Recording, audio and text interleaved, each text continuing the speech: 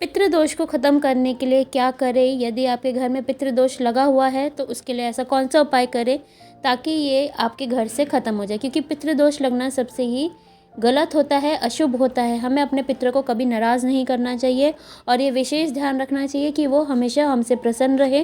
तो चलते हैं वीडियो की तरफ। वीडियो को पूरा देखिए, अंत तक देखिए। वर्षा एस्ट्रोलॉजी पर आपका स्वागत है फिर से। तो आज जब मैं वीडियो लेकर आई हूँ, वो मैं आपको यही बताना चाह रही थी कि पितृदोष के लक्षण क्या है, इसकी पूजा कहाँ होती है, कैसे होती है, इनके क्या उपाय होते हैं, ताकि हमारे जो पितृ देवता हैं, हमारे जो पितृ हैं, वो खुश रहे और हमेशा अपना आशीर्वाद हम पर बनाए रखे। तो सबसे पहले मैं आपको ये बताना चाहती हूँ कि पितृदोष से छुटकारा पाने के लिए हमें क्या करना चाहिए। आपको पीपल के पेड़ में जल चढ़ाना चाहिए। जल में आप काले तिल मिलाकर दक्षिण दिशा की ओर आप इससे जल दे सकते हैं। इससे पितृदोष से भी मुक्ति मिलती है। अमावस्या और पितृपक्ष में श्राद्ध, पिंडदान आदि कर्म भी करने चाहिए। इससे पितर प्रसन्न होते हैं और अपना आशीर्वाद देते हैं। साथ ही साथ अब गरीबों में दान पुण्य आपको करते रहना चाहिए। खासकर अमावस्या के दिन आप खीर बनाकर अपने घर में अगर यदि आप भोग लगाएंगे और गरीबों में बांटेंगे तो इससे पितृ बहुत खुश होते हैं और उनका सदैव आप पर आशीर्वाद बना रहता है। अब मैं आपको बताती हूँ पितृदोष खत्म करने के लिए क्या करना चाहिए। पूर्वजों के निमित्त श्राद्ध के बाद काले तिल, नमक, गेहूँ, चावल, गाय का दान, सोना, वस्त्र, चांदी का दान भी पितृदोष से मुक्ति दिलाता है। किसी सार्वजनिक स्थल पर पीपल का पौधा लगाएं। सार्वजनिक यानी कि किसी भी एक अपने घर में ना लगाएं। अपने घर में तो बिल्कुल भी नहीं लगाना चाहिए, बहुत ही अशुभ माना जाता है। सार्वजनिक स्थल होता है जैसे कि बाहर आप किसी गार्डन में या किसी भी बगीचे में आप पीपल का पौधा लगाएं, उसकी सेवा करें, डेली उसमें पानी डालें और डेली उस पेड़ की पूजा करें।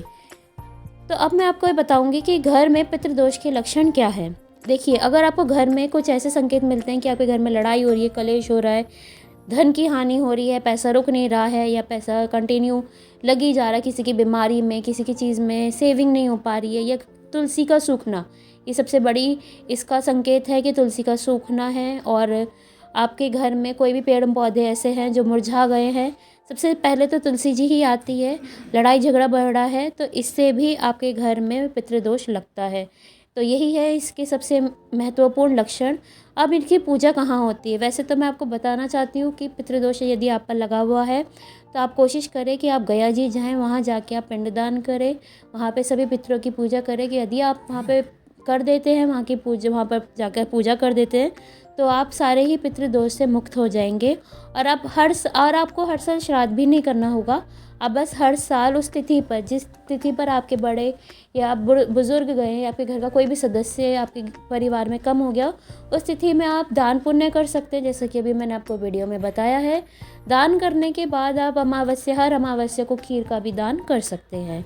और इसकी जो मेन पूजा भी होती है वो गया जी में भी होती है। प्लस त्रिकम्बेश्वर एक मंदिर है, आप वहाँ पे भी जाकर इनकी पूजा कर सकते हैं। इनकी पूजा को टालना बिल्कुल नहीं चाहिए, क्योंकि ये बहुत ही ज़्यादा आपके लिए हानिकारक हो सकता है। पितृ खुश तो हम भी खुश, हमारी लाइफ भी अच्छी और स्मूथ चलती है और सही डायरेक्शन में भी चलती रहती है। अब अमावस्या, जैसे कि मैं आपको बार बार एक चीज़ बता रही हूँ कि अमावस्या के दिन आपको खीर दान करनी चाहिए। तो इसमें पितरों को खुश कैसे करते हैं?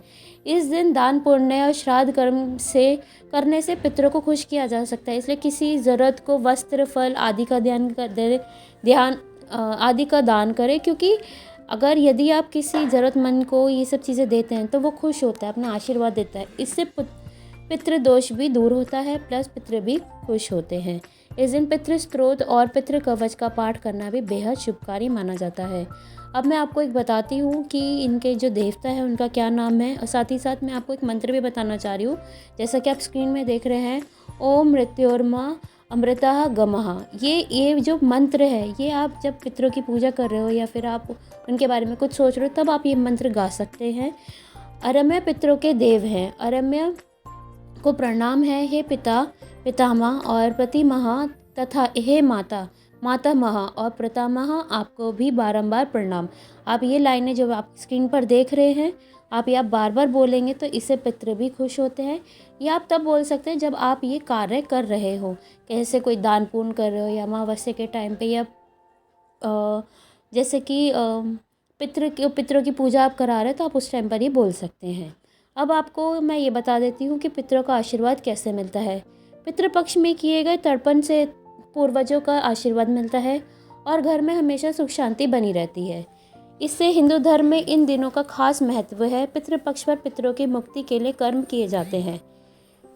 पितरों के लिए कौन सा दीपक जलाना चाहिए, अब मैं आपको बता देती हूँ। पितरों के लिए गाय के जो दूध से बना जो घी होता है ना, उसमें काले तिल मिलाकर शाम के समय 7 बजे के करीब या सूर्यास्त जब हो जाता है, मेनली जब सूर्यास्त हो जाता है, तब आपको वो घर के बाहर एक दीपक जलाना है।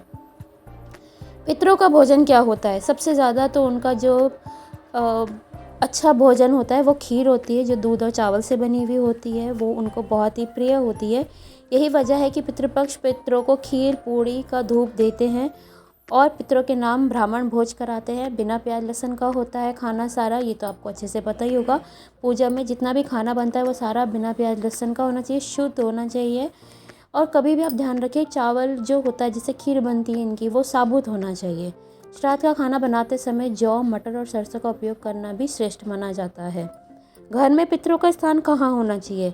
वास्तु शास्त्र में घर में पितरों की तस्वीर सही लगाने का एक सही दिशा और तरीका बताया गया है, जिसका पालन करना अत्यंत ज़रूरी है।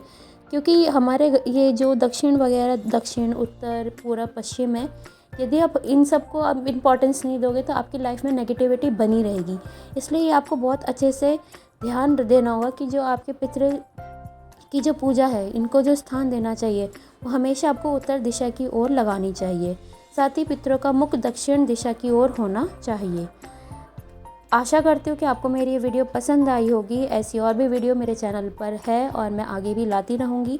आपको किसी भी चीज़ से रिलेटेड कोई भी उपाय चाहिए तो आप मेरे को कमेंट करके पूछ सकते हैं, या फिर आप मुझे फेसबुक और इंस्टा पे भी फॉलो कर सकते हैं।